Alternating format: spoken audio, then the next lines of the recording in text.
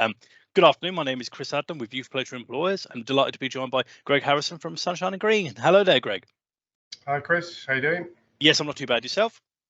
Very well, yeah.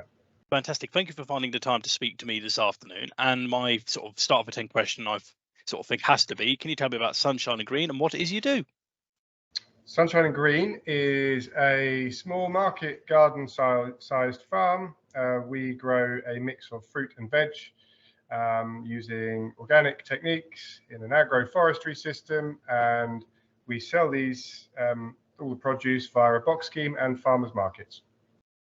See, whenever I ask people to tell me what their business does, usually I might struggle to follow it, or it's difficult to do it concisely. I was able to follow all that. That was for me. For me, that was brilliant for once. Fantastic. And what kind of roles do you have on site and within the organisation to facilitate the different parts of the business that you just described? So roles, there's myself. I basically do a bit of everything, but my main focus is on the growing and the selling side of things. I have a few people that work here. I've got some people that help with the deliveries specifically. Then there's two people here that work part-time. One helps pack veg boxes, and the other one, a young lad, who helps a bit on the farm and helps with some of the packing as well. There are more roles on their way. I need more seasonal work for next summer, 100%. So for perhaps June, July, August time, I'll need someone here full time to work alongside us on the farm side of things. Brilliant. And here's hoping this video can act as a way of promoting that and you get some applications in off the back of it. This, I know for a lot of sort of young people I've worked with directly, I know this would be pretty much their dream job, if you see what I mean, you know, doing what it is you do. So I know there's no such thing as a typical day. No, it doesn't exist anywhere in any job. I'm throwing that out there straight away. But what do the good days look like in your role, and what do the challenging days look like? A good day, early start. So start the day with some, I'll be specific, this time of year. Start the day with picking. So there's a lot of crops that need picking every single day, such as courgettes, some of the fruit. At the moment, we're picking raspberries a lot, cucumbers, tomatoes, things along those lines. That sort of time, I'll put irrigators on, do any watering that needs doing. Then any of the produce that needs packing will be packed and sent off for sale or into storage. After that, then we'd settle into either tasks such as pruning, weeding, or planting, just as a few, maybe training some of the plants in the polytunnels. Yeah, that's a very vague summary of what a typical summer's day would look like. And as you say, that's during the summer's day, that's during sort of what is right now. You know, I'm guessing in the challenging times in the job, maybe in the deepest, darkest days of winter and sort of January, February time, I'm guessing there are certain traits which are important. Like, you know, I'm guessing you need to be resilient. I'm guessing you need to sort of have quite a thick skin, be prepared to, you know, do tougher work in tougher conditions. Correct. Yeah. I mean, this job it's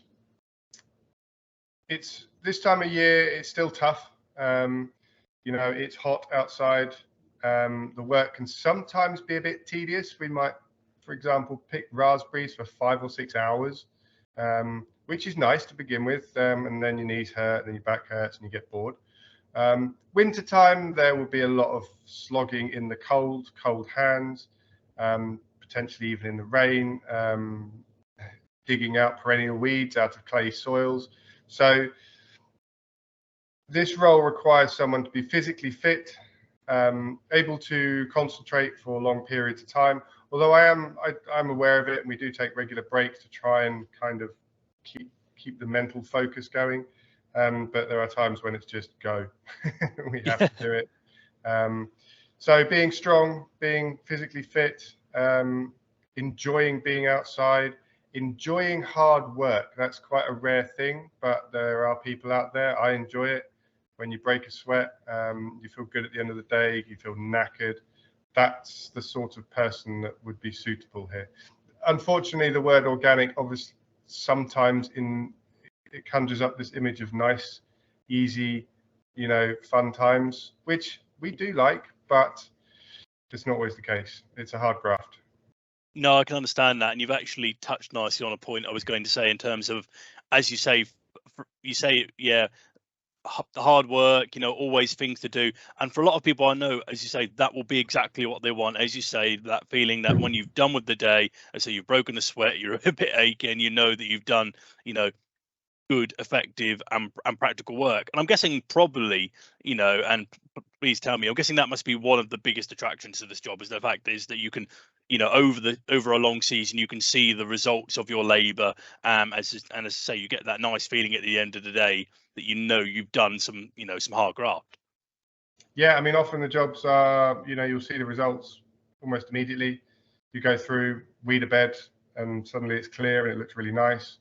You go and pick a load of black currants. At the end of the day, you've got a massive box of black currants sitting there. So those rewards and that sort of shorter term gratification, like daily, is always good. But then throughout the season, we might be planting, which can be long, tiring, on your knees, hard work. A few weeks later, you see those crops get established and start to rise up, and you start to feel good. So there's a mixture of sort of wait periods for the gratification, but it is always there, and the hard work does always pay off. And I'm not saying you didn't wake up one day and you thought, you know what, I'm going to go and found, go have a business called Sunshine and Green, and these are the things you're going to do. But roughly, what was your sort of pathway into this career path? My pathway in, well, I started on yachts, and I wanted to come back to England, so I was sailing abroad. And I really wanted to be able to grow and produce my own food. I met quite a lot of experiences whilst traveling and sailing for 8 years that made me feel like it was a necessary thing. Also, environmentally speaking, I thought, well, what's the biggest impact that I can have as an individual? I thought, well, farming seems to have a big impact on the environment. So if I start there, then perhaps I can contribute in a positive fashion. So although that's fairly vague, those were the sort of things that were going through my mind when I made the decision to come into it, as well as a bit of family history. My grandparents were both farmers, so it is in there. And no, it's interesting to hear. And you touched on earlier about how, as I say, you're sort of maybe looking for seasonal workers for next, for next season. Imagine you get, say, a couple of CVs in from some young people and stuff. As say, as we've touched on, need to be physically capable. We need to have the right attitude and get things done. What kind of things are you sort of maybe seeing on the CVs of, say, 16, 17, 18-year-olds that make you think like, actually, yeah, get you in here, you're going to be able to do a good job here? Ooh, that's tricky. Perhaps someone that has an interest in making things, whether they've got a hobby of, I don't know, of playing with bikes, cars, maybe plants, someone that is a keen gardener at home, someone that generally has a hobby that is outdoors and physical, and is interested in the world.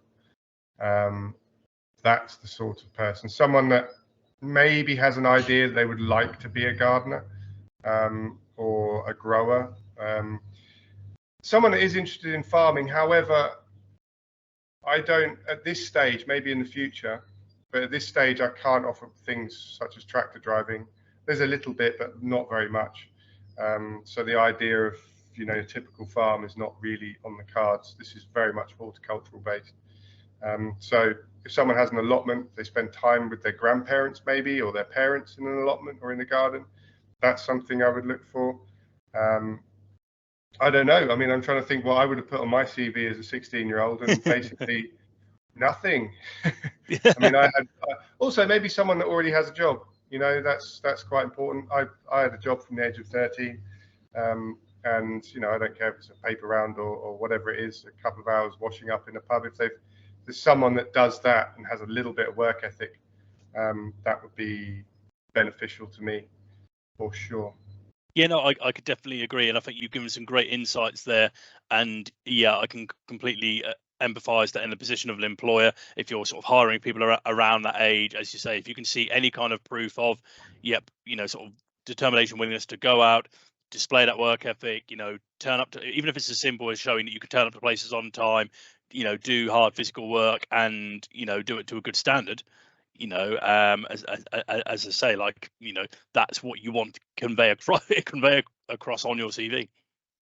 Yeah, exactly. I think CVs for this sort of job are not completely useless. They'll give a little bit of an insight, but it comes out when we get in the field. I can imagine that. I was about to say, I'm guessing a lot of sort of, if you're spending hours out in the field with someone, I'm guessing you get to know each other sort of pretty well and pretty quickly, and as you say, you can there'd be no point lying on the CV and then going out and because as you say, everything comes out. No, and I think if someone is willing to work as a team, there's a bit of pressure. I'm not going to sit back and just things need to be done at a certain speed, certain efficiency, and a certain quality. So someone that can take a decent amount of criticism, should we say, at least in terms of let's get you working better, more efficiently.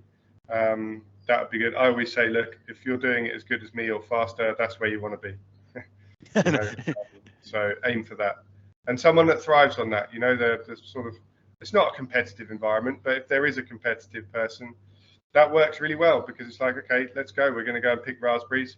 It's a race to the end. Who's going to get the most and who's going to get to the end first? That sort of thing, that works well. So no, yeah. I completely agree with that, and I think sometimes, as you say, having that competitive edge, that willingness and want to improve, could serve you well in a multitude of businesses. And as you say, it sort of provides you with a little bit of resilience, I think, as well. Keeps every day fresh, because as I say, you're wanting to learn, wanting to beat previous targets and get better. And leads me quite well onto my final question, Greg. And we sort of spoke a little bit about sort of your journey and how you came to be here, and the kind of sort of advice that we'd give to sort of some younger people.